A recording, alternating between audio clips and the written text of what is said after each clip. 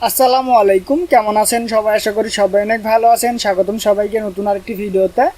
আজকের ভিডিওতে BBA fourth ইয়ারের অ্যাডভান্স অ্যাকাউন্টিং 2 এবং অ্যাকাউন্টিং থিওরি এবং এমবিএ ফাইনাল ইয়ারের অ্যাপ্লাইড অ্যাকাউন্টিং থিওরি বইয়ের একটি গুরুত্বপূর্ণ চ্যাপ্টার ভ্যালুয়েশন অফ গুডউইল নিয়ে আলোচনা করব। আজকের ভিডিওটি আপনারা শুরু থেকে শেষ পর্যন্ত দেখলে ভ্যালুয়েশন অফ গুডউইল চ্যাপ্টারের 80% আপনারা শিখে যাবেন। আপনারা যারা ফোর্থ ইয়ারে পড়াশোনা করছেন তাদের জন্য ফোর্থ ইয়ার খুবই গুরুত্বপূর্ণ। এই ফোর্থ ইয়ারে আপনারা নতুন নতুন অনেক চ্যাপ্টার পাবেন যা আপনারা পূর্বের ইয়ারগুলোতে পাননি। তাই এই ফোর্থ ইয়ারে মনোযোগ দিয়ে পড়াশোনা করবেন। আপনারা যদি ফোর্থ ইয়ারে মনোযোগ দিয়ে পড়াশোনা করতে পারেন তাহলে এমবিএ ফাইনাল ইয়ারের অনেক গুরুত্বপূর্ণ চ্যাপ্টার আপনারা ফোর্থ ইয়ারে শেষ করতে পারবেন। একটা চ্যাপ্টার শুরু করার আগে আমাদের সেই চ্যাপ্টার সম্পর্কে বুঝতে হবে, সেই চ্যাপ্টারটা কী রিলেটেড তা আমাদের বুঝতে হবে। এখানে দেখতে পাচ্ছেন আমাদের চ্যাপ্টারের নাম ভ্যালুয়েশন অফ গুডউইল। এখানে ভ্যালুয়েশন বলতে মূল্যায়ন করা বোঝানো হয়েছে এবং গুডউইল বলতে এখানে সুনাম বোঝানো হয়েছে। অর্থাৎ সুনামের মূল্য কীভাবে নির্ধারণ করা হয় এটি হচ্ছে এই চ্যাপ্টারের মূল থিম। তো আশা করি আপনারা বুঝতে পেরেছেন। তো চলুন আমরা জেনে নিই সুনাম কি।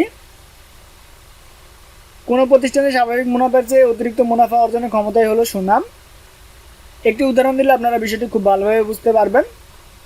দুজন ব্যক্তি বা দুজন বন্ধু সমপরিমাণ মূলধন নিয়ে একটি ব্যবসা প্রতিষ্ঠান শুরু করলো।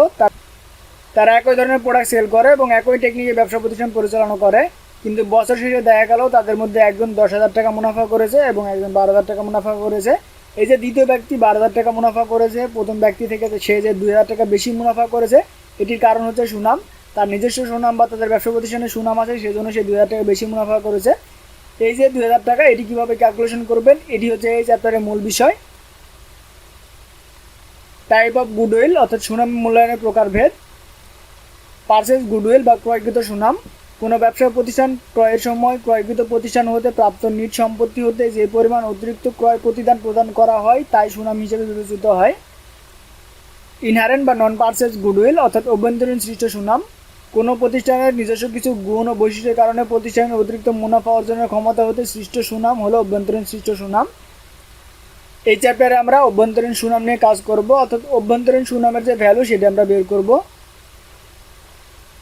Type of valuation of goodwill অর্থাৎ সুনাম মূল্যায়নের পদ্ধতিসমূহ। সুনাম মূল্যায়নের পদ্ধতি মূলত 4 ভাগে ভাগ করা যায়: average profit method, super profit method, capitalisation method এবং অ্যানুইটি মেথড। অ্যাভারেজ প্রফিট মেথডকে আবার 2 ভাগে ভাগ করা যায়: সিম্পল অ্যাভারেজ মেথড এবং ওয়েজলি অ্যাভারেজ মেথড। ক্যাপিটালাইজেশন মেথডকে আবার 2 ভাগে ভাগ করা যায়: 1 নম্বরে অ্যাভারেজ প্রফিট ক্যাপিটালাইজেশন মেথড এবং 2 নম্বরে সুপার প্রফিট ক্যাপিটালাইজেশন মেথড।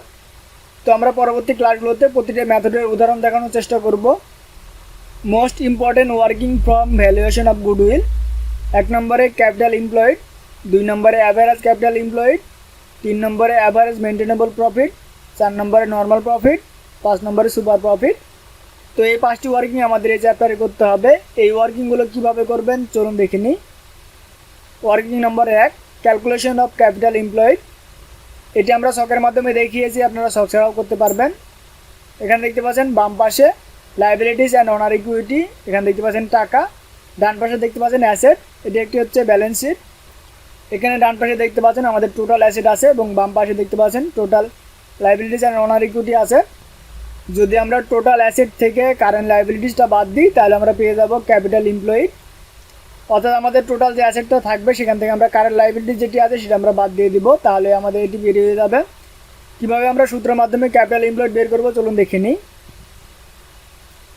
প্রথমে market value of total asset, অর্থাৎ টোটাল অ্যাসেটে যে মার্কেট ভ্যালু আছে সেটি দিয়ে দেবো, সেখান থেকে আমরা কারেন্ট লাইবিলিটিসটা বাদ দিয়ে দেবো। তারপর দেখতে পাচ্ছেন নন ট্রেডিং ইনভেস্টমেন্ট, অর্থাৎ যে ইনভেস্টমেন্টগুলো আমাদের ব্যবসায় ব্যবহার হচ্ছে না সেগুলো আমরা বাদ দিয়ে দেবো। দেন এখানে দেখতে পাচ্ছেন ফিকটিটিয়াস অ্যাসেট, অর্থাৎ অলিক সম্পত্তি যেগুলো আছে বা ভুয়া সম্পত্তি যেগুলো আছে সেগুলো আমরা বাদ দিয়ে দেবো। বাদ দেওয়ার পরে যা থাকবে সেটি হচ্ছে ক্যাপিটাল এমপ্লয়েড। আমরা আরেকভাবে এটি বের করতে পারবো, দেখতে পাচ্ছেন আরেকটি নিয়ম আছে। মার্কেট ভ্যালু ট্যাঙ্গেবল অ্যাসেট, তার সাথে আমরা যোগ করব market value of trading investment যেগুলো আমাদের ব্যবসায় ব্যবহার হচ্ছে। তার থেকে আমরা বাদ দেবো কারেন্ট অ্যাসেট, তার থেকে বাদ দেবো আমরা কারেন্ট লাইবিলিটিস। বাদ দেওয়ার পর আমাদের যা থাকবে সেটি হচ্ছে ক্যাপিটাল এমপ্লয়েড। তো আশা করি আপনারা বুঝতে পেরেছেন। Working number 2, calculation of average capital method. আমরা একটি ছকের মাধ্যমে দেখিয়েছি, আপনারা চাইলে ছক ছাড়াও করতে পারবেন। এখানে দেখতে পাচ্ছেন টাইটেল অ্যাকাউন্ট দেওয়া আছে। আমরা সর্বপ্রথম ক্যাপিটাল এমপ্লয়েডটি নিয়ে নিব, দেন সেখান থেকে আমরা বাদ দিব half of current year profit. এখানে আমরা টোটাল প্রফিট দিয়ে দিব, সেখান থেকে আমরা আরও কিছু অ্যাডজাস্টমেন্ট করে নিব। এখানে দেখতে পাচ্ছেন various adjusted interest on non trading investment যেটি থাকবে সেটা আমরা বাদ দিব। ইন্টারেস্ট অন ডিভেঞ্চার এটা আমরা যোগ করব। আনঅ্যাডজাস্টেড এক্সপেন্স যেটি থাকবে সেটা আমরা বাদ দিব। আনঅ্যাডজাস্টেড রেভিনিউ যেটা থাকবে সেটা আমরা যোগ দিব। এই কয়টি যোগ বিয়োগ করার পরে যা থাকবে তা আমরা এখানে লিখে দিব। দেখতে পাচ্ছেন এটা আমরা প্রফিট থেকে বাদ দিব। বাদ দেওয়ার পরে যা থাকবে সেটা হচ্ছে adjusted current year profit before tax, সেখান থেকে আমরা ট্যাক্স বাদ দিব। তারপরে যেটি থাকবে সেটা হচ্ছে adjusted current year after tax. দেখতে পাচ্ছেন এটাকে আমরা হাফ করব। দেখতে পাচ্ছেন half year current of profit. Half করার পরে যা থাকবে তা আমরা ক্যাপিটাল এমপ্লয়েড থেকে বাদ দিব। বাদ দেওয়ার পরে যা থাকবে সেটা হচ্ছে অ্যাভারেজ ক্যাপিটাল এমপ্লয়েড। দেখতে পাচ্ছেন। তো আশা করি আপনারা বুঝতে পেরেছেন কীভাবে এটি বের করবেন। Working number 3, calculation of average maintainable profit. Average profit তার থেকে আমরা বাদ দিব ভেরিয়াস অ্যাডজাস্টেড, অর্থাৎ আমরা পূর্বের ওয়ার্কিংয়ে যা করেছিলাম তা এখানে করব। Interest on non trading investment আমরা বাদ দিব। ইন্টারেস্ট অন ডিভেঞ্চার আমরা এটি যোগ করব। আনঅ্যাডজাস্টেড এক্সপেন্স আমরা বাদ দিব এবং আনঅ্যাডজাস্টেড আমরা রেভিনিউটা যোগ করব। যোগ করার পরে যা আসবে তা আমরা এখানে দিয়ে দিব। দেখতে পাচ্ছেন। দেন আমরা এটি বাদ দিব। বাদ দেওয়ার পরে যেটি থাকবে সেটা হচ্ছে adjusted current year profit before tax, এখান থেকে আমরা ট্যাক্স বাদ দিব। বাদ দেওয়ার পরে যা থাকবে সেটা হচ্ছে adjusted current year profit after tax, এটি হচ্ছে মূলত মেনটেনেবল প্রফিট। তো আশা করি আপনারা বুঝতে পেরেছেন। এরপরে working 4, calculation of normal profit.